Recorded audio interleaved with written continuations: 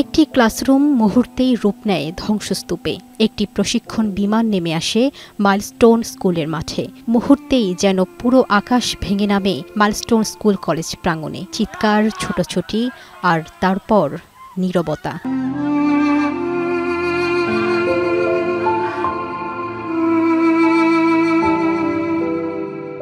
গোটা দেশ শোকস্তব্ধ। তখন শিক্ষিকা মেহরিন চৌধুরীর আত্মত্যাগের গল্প হৃদয় বিদারকভাবে নাড়া দিয়েছে সকলকে। নিজে দগ্ধ হয়ে মৃত্যুবরণ করলেও অন্তত ২০ জন শিক্ষার্থীর জীবন রক্ষা করেছেন এই শিক্ষিকা।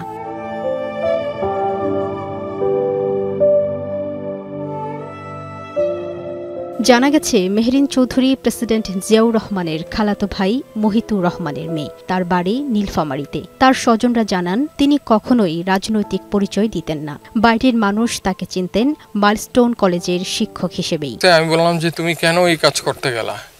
বলে, আমার বাচ্চারা আমার সামনে সব পুইরা মারা যাচ্ছে, আমি এটা কিভাবে সহ্য করি।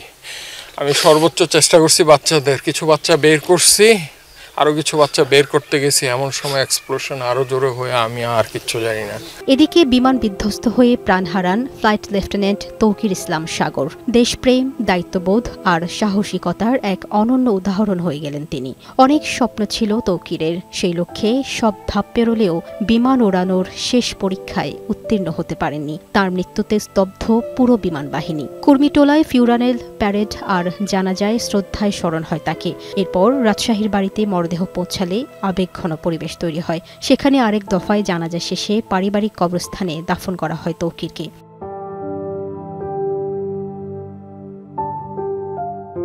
এদিকে মাইলস্টোনে বিমান বিধ্বস্তে প্রাণ হারানো শিক্ষার্থীদের নিথর দেহ বাড়ি বাড়ি ফিরছে কাফনে মুড়িয়ে। গাজীপুর, টাঙ্গাইল, শরীয়তপুর, লক্ষ্মীপুর সহ নিহতদের বাড়িতে নেমে এসেছে শোকের ছায়া।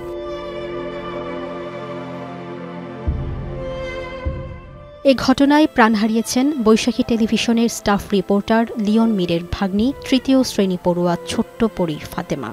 ভোরে তার মরদেহ নেওয়া হয় তার গ্রামের বাড়ি বাগেরহাটের চিতলমারীতে। স্বজনদের কান্নায় ভারী হয়ে ওঠে আকাশ বাতাস। ছোট্ট আদরের মেয়েকে শেষ বিদায় দিতে কুয়েত থেকে ছুটে আসেন বাবা। কুনিয়া কওমি মাদ্রাসা সংলগ্ন কবরস্থানে দাফন করা হয় ফাতেমাকে। লামিয়া আক্তার, বৈশাখী সংবাদ।